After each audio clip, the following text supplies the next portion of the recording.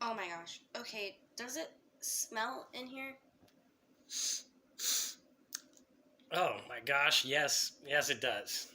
Okay, can we do something about it? What do you think it is? Should we take out the trash? No, it has to be more than that. I think it's the dishes.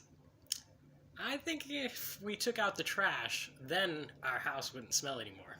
Well, I don't think that's right. I think if we do the dishes, then the house won't smell anymore. Let's just test our separate hypotheses.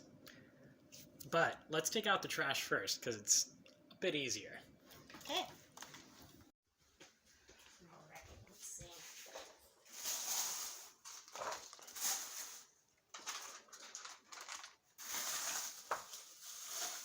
Yeah, let's try that.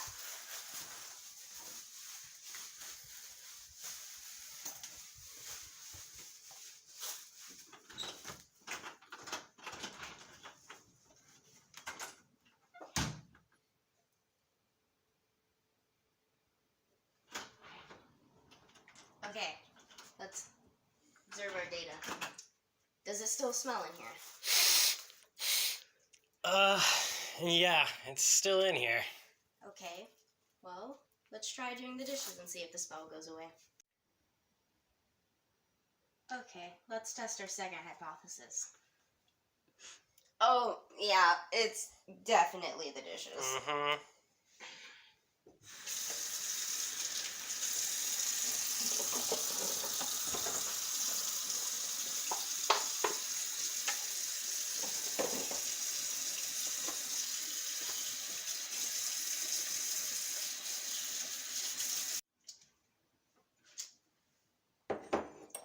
All done. Does it still smell? Let's collect some data. I think it's pretty good. All right, so the dishes were what was making the house smell. Let's remember to always do our dishes. The first step of the scientific method is to make an observation. Those are made in natural surroundings and prompt interest. Our observation was that it smells in the house. Next, you ask a question pertaining to the observation. Our two questions were, is the smell from the trash or is the smell from the dishes? Third, you make a hypothesis where you predict what's happening with an if-then statement. R2, where if we take out the trash, then it won't smell in the house anymore. And if we do the dishes, then it won't smell in the house anymore. Next, you develop an experiment with procedures that will test the hypothesis and identify the variables and constants. We took out the trash and did the dishes.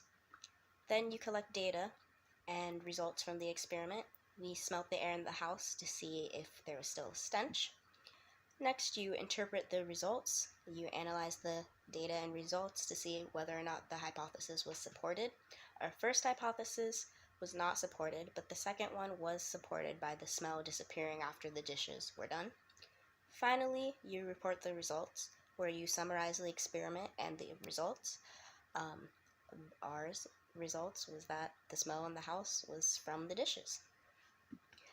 Deductive reasoning is starting with a general statement, then forming a hypothesis and testing to see if it is supported, while inductive reasoning is starting with an observation or data and moves backwards to then form a hypothesis and theory.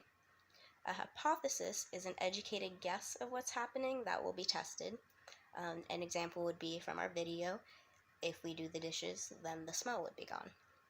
A theory is a view that's well tested and accepted that the scientific community agrees best explains observable facts.